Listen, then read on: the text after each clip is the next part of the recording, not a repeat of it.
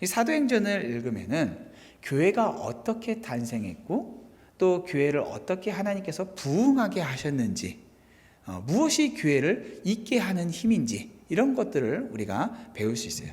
그러니까 오늘날 우리가 바른 교회를 추구한다라고 하면은 바로 이 사도행전에서 그 맥을 찾아야 된다라는 거죠.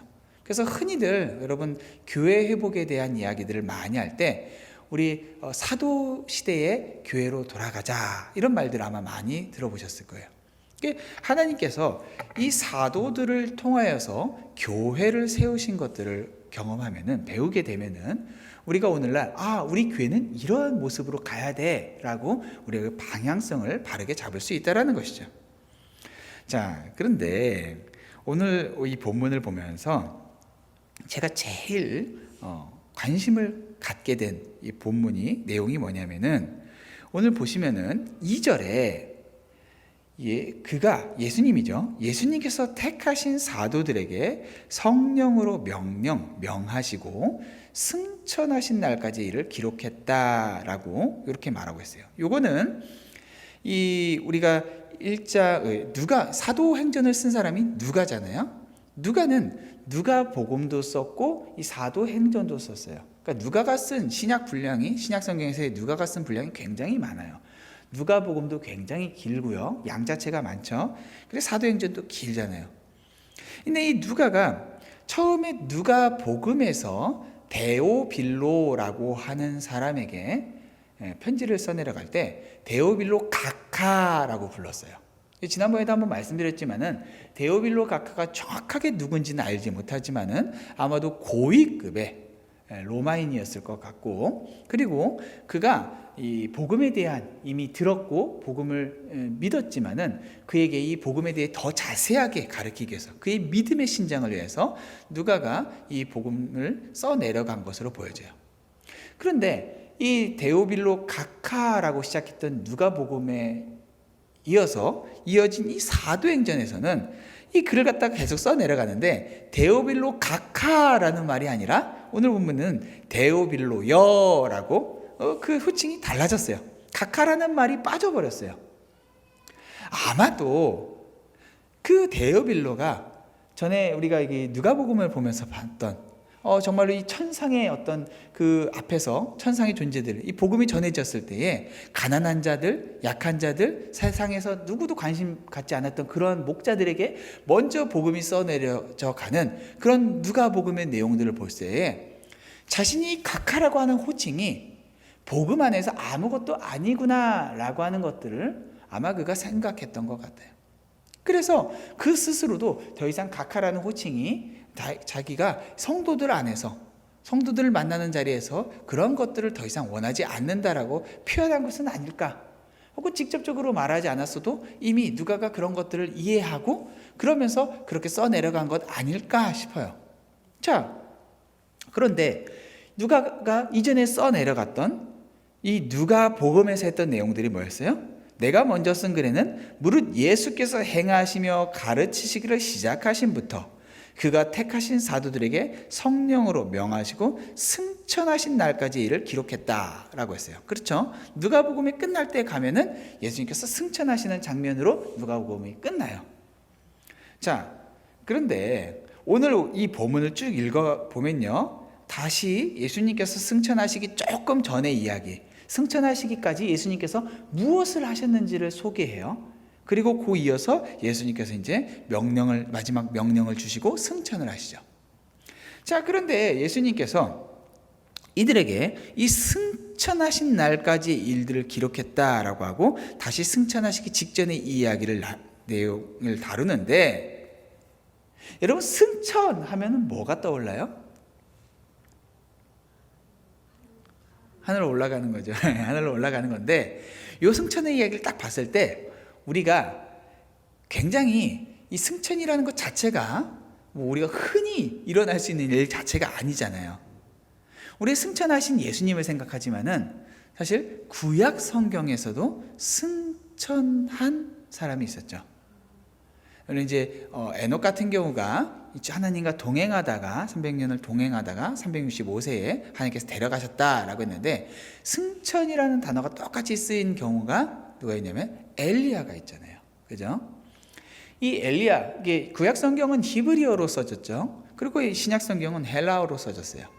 근데 이제 구약 성경을 이 유대인들이 이 바벨론 포로 이후에 그들이 이제 이 언어 자체가 헬라어, 그 글자 쓰는 이 모든 이런 문서들이 다 헬라어로 많이 바뀌었어요. 그런 때에 이 성경을 그들이 헬라어로, 구약 성경을 헬라어로 쓴 것을 갖다가 여러분 들어보신지 모르겠는데 70인역이라는 성경이 있어요. 70명의 이 유대인들이 구약 성경을 갖다가 그대로 헬라어로 옮겨 적은 거예요. 굉장히 권위 있는, 그래서 원어 히브리어처럼 굉장히 권위를 두는 그런 성경이에요.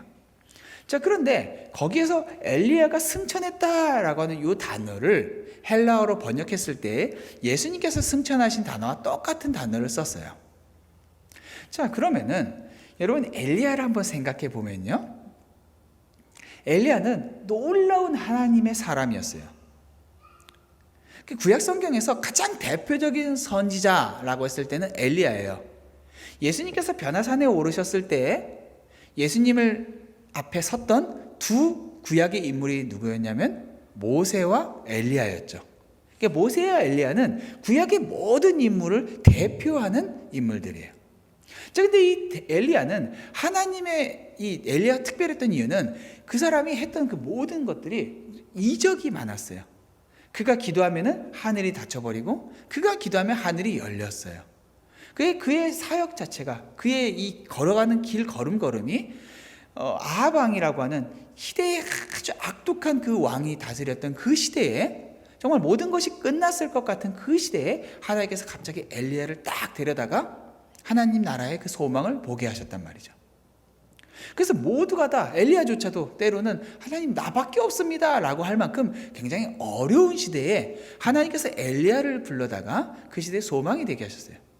자, 그런데 이제 엘리야가 아직 사역을 더 할 수 있을 것 같은, 아직 나이가 늙어서 막 죽는 그런 때가 아니라, 아직 나이가 자연사할 나이가 아닌데 하나님께서 너 이제 와라 라고 하시면서 불병거를 태우다가 하늘로 끌어올려 버리세요. 이상하죠? 왜? 아니, 하나님께서 엘리야를 그냥 쓰셨으면은, 그냥 쓸 만큼 썼으면 그 다음에 그냥 뭐 알아서 해라, 뭐 성경을 가르쳐라, 아니면 제자들이 있었으니까 당시에 이제 선지자 학교가 있었어요. 선지자들 후배 양육하면서 지내라 이렇게 하고 그냥 두셨으면 됐는데, 굳이 특별하게 엘리야를 불병거를 태우다가 끌어버리셨어요. 자, 이상하잖아요. 굳이. 그런데 엘리야를 데려가실 때 그 엘리야의 사역을 이어받은 인물이 있었어요. 아시죠? 엘리사라고 하는 선지자가 엘리야를 선생으로 모시면서 따르다가 이제 그를 이어서 사역을 감당하게 돼요.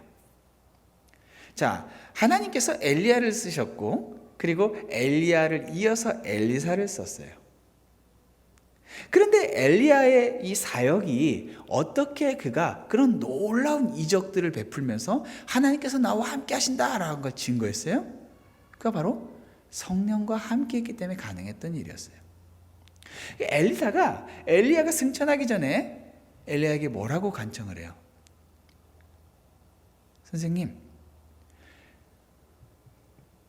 선생님이 승천하신 건 내가 선생님이 있었던 그 영이 나에게 있기를 원합니다 라고 해요.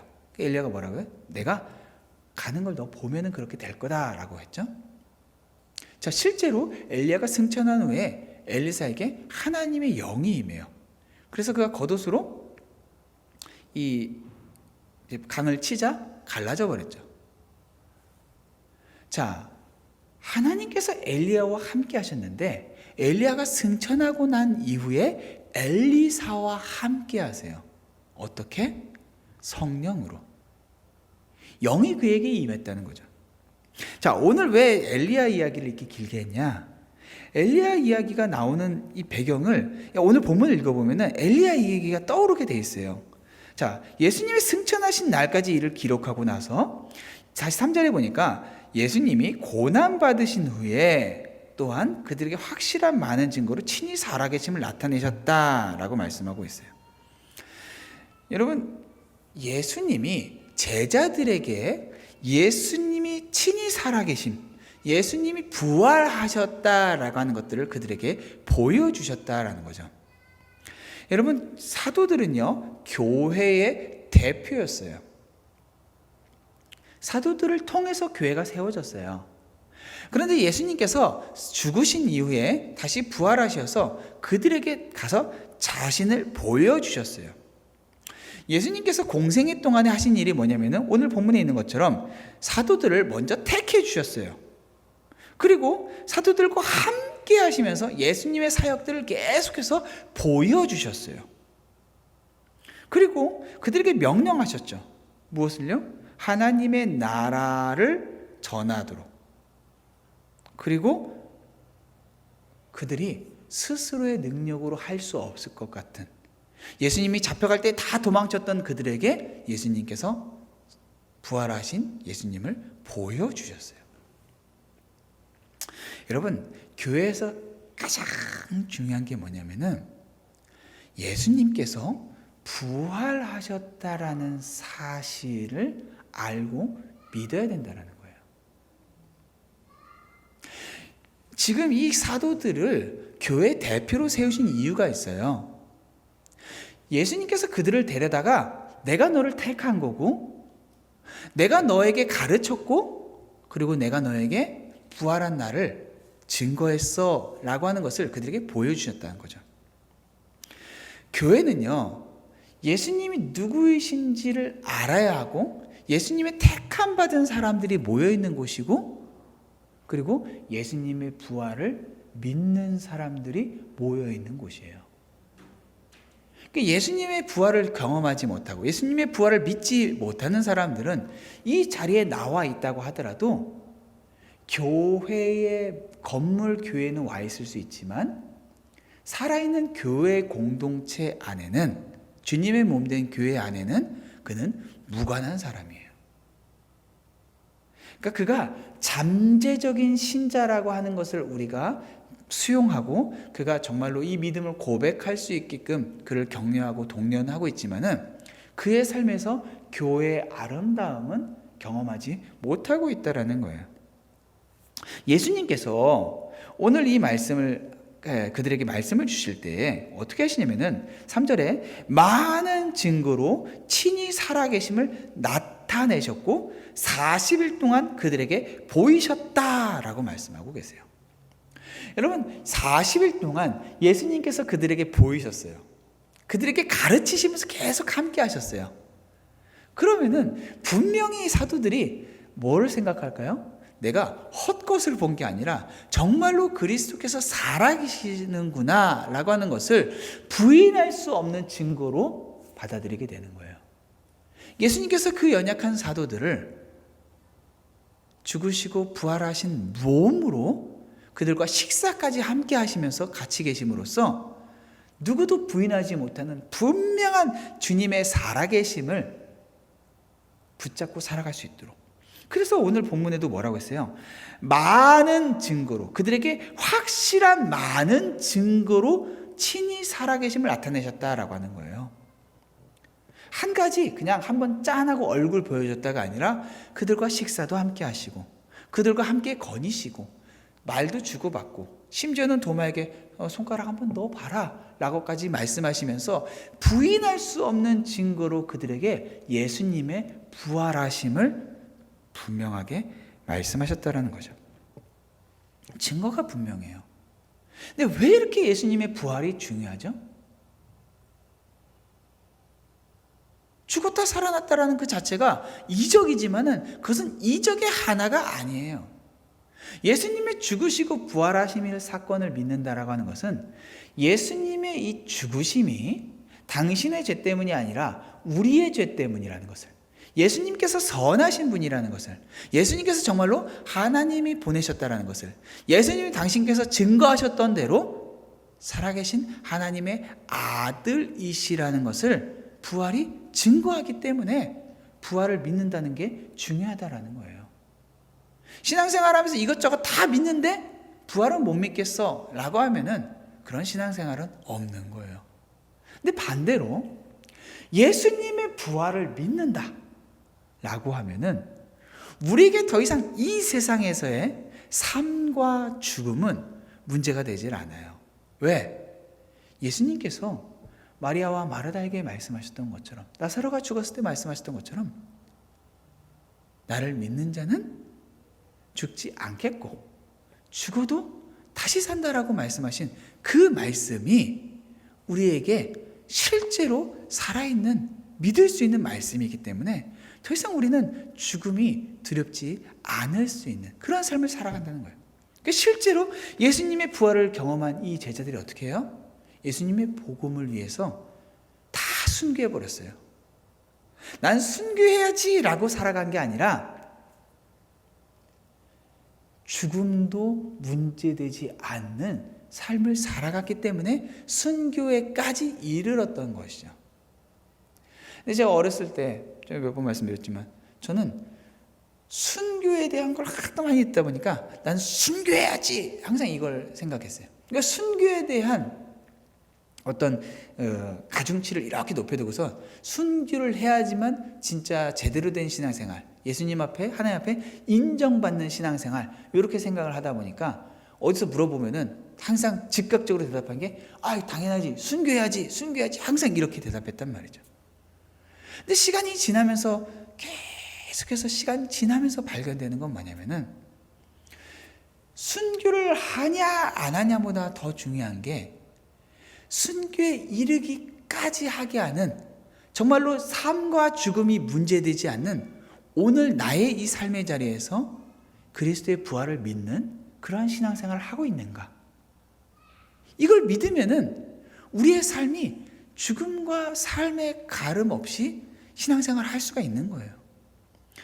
가끔 가다가 이 기도 소식을 봤는데 이 아프리카 쪽에서 가끔 가다 들려온 소식들이 뭐냐면은 갓 신앙생활 한 사람들, 이제 예수님을 믿은 지 얼마 안 됐는데 이 예수님 이름 때문에 총이 앞에 있는데도 너 예수 믿는다고 하면은 죽어, 너 지금이라도 예수 부인하고 무슬림으로 돌아오면 살 거야 라고 했을 때에 그냥 나는 예수님을 믿어, Jesus is my Lord 하면서 거기서 땅땅 죽어가는, 제가 말을 이렇게 해서 그렇지 이게 지금 저 땅에서 실제로 일어나고 있는 사실이란 말이죠. 어떻게 그런 일들이 가능해요? 아니 지금 이 위기를 벗어난 다음에 나중에 신앙생활 하면 안 돼? 그런 게 없다라는 거예요. 왜? 주님의 부활 앞에 삶과 죽음이 더 이상 문제되지 않았다라는 것이죠. 그렇게 주님의 부활을 경험한 교회가 바로 초대교회의 이 교회의 모습이었어요. 자, 그 다음에 이 교회는 어떤 것이 있었냐면은 바로 부활을 전하는 사명이 있었다라는 거예요. 방금 말씀드렸던 것처럼 부활이 중요한 이유는 예수 그리스도의 십자가가 바로 우리를 위한 십자가라고 하는 그 사실을 증거하기 때문에 중요하단 말이죠. 그렇기 때문에 제자들은 이 부활을 전하도록 명령을 받았어요. 1절에 다시 한번 보면은 2절에 그가 택하신 사도들에게 성령으로 명하셨다라고 해요. 명하셨다라고 하는 것은 그들에게 계명을 주셨다는 거예요. 명령이 있다라는 거예요. 이렇게 살아야 된다라는 거예요.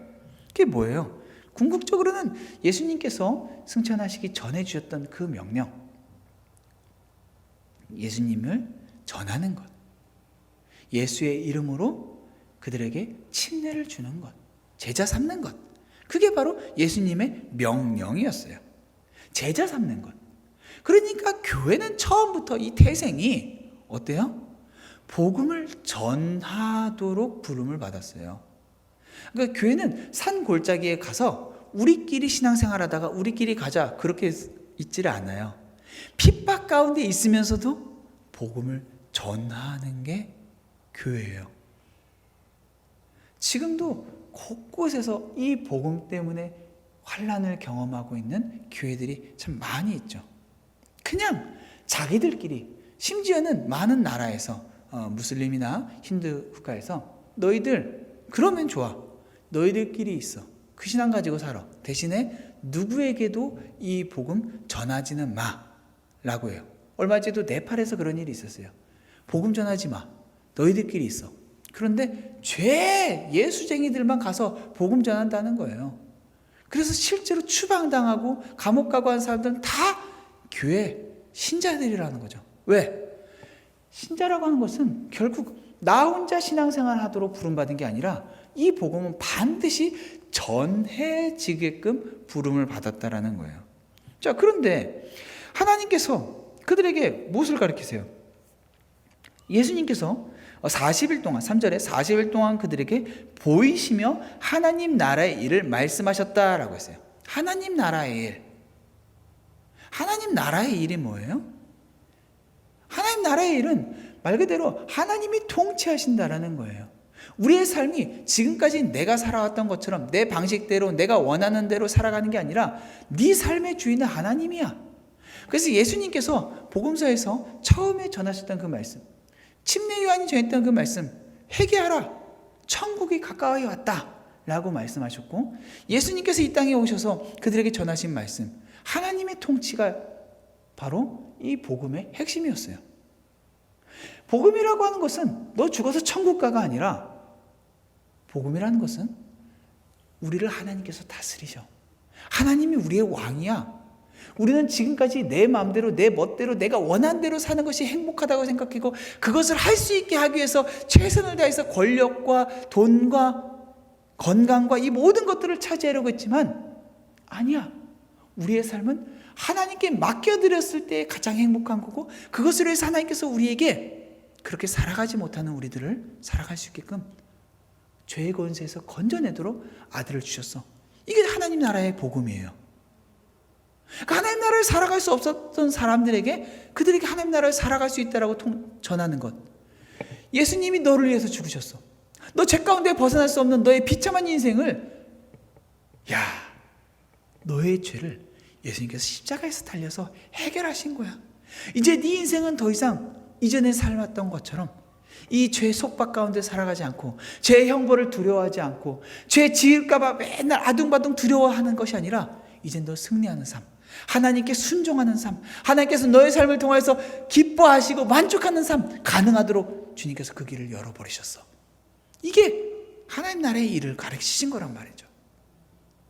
자, 이걸 전하는 것, 이러한 소식을 받았다 하면은 어떻게 우리가 이걸 갖다가 꽁꽁 감추다가 예수 전할 때도 진짜 어디 그냥 돈 꺼달라는 사람처럼 예수 믿으라는 말 한마디 할 것 같으면 진짜 어디 돈 빌렸어요? 돈 빌리러 간 사람 진짜 그런 게 아니라 네 삶에 만족하니? 만족한다면 그것이 정말 최선일까? 너의 삶은 그렇게 살도록 하나님께서 부르신 게 아니야. 네 삶의 주인은 너를 당신께로 다시 데려가기를 원하셔. 네 삶을 통치하기를 원하셔. 그리고 그분의 통치 가운데 있는 게 가장 행복하고 아름다운 삶이야. 이걸 경험한 사람은 그걸 전하고 싶겠죠. 그걸 전하라고 주님께서 교회를 공동체로 부르셨단 말이죠. 자, 그러면은 이러한 소식을 받은 성도는 어떻겠어요? 막 전하고 싶을 거 아니에요. 당연하죠. 자, 그런데 오늘 4절의 말씀, 사도와 함께 모이사 그들에게 분부하여 이르시되, 분부했대요. 그냥 말씀하신 게 아니라 너희들 잘 들어도 너희들 헷갈리지 마, 명심해, 이렇게 말씀하신 거예요. 예루살렘을 떠나지 말아라 라는 거예요. 너희들 이 소식 들었다고 해서 당장 이 복음 전하겠다 어디 막 가지 마. 특별히 예루살렘에는 예수님을 십자가에 못 박은 자들이 막 눈을 켜고서 제자들이 뭘 하지 못하도록 핍박할 준비가 돼 있었어요. 그래서 다른 곳에 가서 예수님 전하면 되잖아요. 복음 전하면 되잖아요. 부활하셨다 전하면 되잖아요. 근데 예수님이 너 그런데 거기 있어. 왜요? 거기 있으면서 내게서 들은 바 아버지께서 약속하신 것을 기다려. 그게 뭐예요? 요한은 물로 침례를 베풀었으나 너희는 몇 날이 못되어 성령으로 침례를 받으리라 말씀하셨어요. 성령 침례를 말씀하세요. 너희들 기다려. 너희들이 여기서 있어야 돼. 예루살렘에서 성령 침례를 받고 그리고 나서 이 복음 전하는 사역을 감당해야 돼 라고 말씀하시는 거예요. 우리는 사역에 대한 이 사모하는 마음이 생기면은 막 당장 나가서 일하고 싶어요. 교회 안에서도 막 우리 열심히 생기면은 막 교회를 위해서 이걸 하고 싶고 저걸 하고 싶고 막 하고 싶은 게 많으면은 막 최선을 다해서 열심히 일해요. 근데 항상 최선을 다해서 열심을 내다가 넘어져요. 전도할 때도 그렇고 교회 봉사를 할 때도 그렇고 선한 의도인 것도 알겠고 정말로 나를 위해서가 아니라 성도를 위해서 교회를 위해서라는 것도 다 알겠어요. 근데 문제는 뭐냐면은 주님은 우리에게 그런데 너 네 힘으로 하지 마. 뭘로 하라는 거예요? 성령으로 하라는 거예요. 왜요? 아니 성령께서 하시는 건 성령께서 하시고 내가 할 수 있는 건 내가 하면 되잖아요. 근데 왜 굳이 시작부터 성령이 오기 전에는 아무것도 하지 말라는 거예요. 아니 대충 사람들 좀 더 모은 다음에 우리가 부활을 받습니다 라고 모아놓고 그 다음에 성령 오시면 다 같이 야 성령 왔다 이렇게 하면 되잖아요. 여러분 예수님께서 사역을 시작하실 때 공생애를 시작하실 때 어떻게 시작하셨어요? 요한에게 침수 침례를 받고 그 다음에 광야에서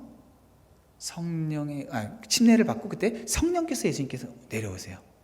그리고서 광야 생활하시고 사역을 시작하신 거예요. 예수님도 모든 사역을 성령과 함께 하셨어요. 여러분 예수님께서 마가복음에 보면은 늦게까지 정말 늦게까지 그렇게 사역을 하시고 그 베드로의 이 장모의 집에 갔다가 베드로 장모가 막 열이 나갖고 막 낫게 하시고 사람들이 몰려 들어갖고 막 늦게까지 그렇게 피곤하게 일을 하신 다음에 다음날 새벽에 그 피곤하실 텐데 새벽 동트기도 전에 가서 기도하고 사역을 하세요. 예수님 항상 기도하고 사역을 하셨어요. 근데 사실 예수님은 제자들이 봤을 때 기도하시네? 보여지지 않아도 이미 당신께서 하나님과 소통하시는 분이고 언제나 하나님과 함께 하시는 분이기 때문에 제자들이 보는 모양으로 기도하시는 모양 안 보여줘도 예수님 삶 자체가 이미 하나님과 소통하는 동행하시는 분이잖아요. 근데 왜 그렇게 하세요? 예수님의 모든 사역이 성령을 의지하는 사역이라는 것을 언제나 기도를 통해서 시작하고 기도를 통해서 역사하시는 하나님 예수님이라는 것을 제자들에게 가르쳐 주시고 보여주시는 거예요. 실제로 그렇게 하셨어요. 자신의 모든 능력을 치우시고 내려놓으시고 성령의 능력으로만 사역을 하셨어요. 오병이어의 기적을 하실 때도 하나님께 기도하면서 그 기도의 능력으로 그 일들을 감당하셨단 말이죠.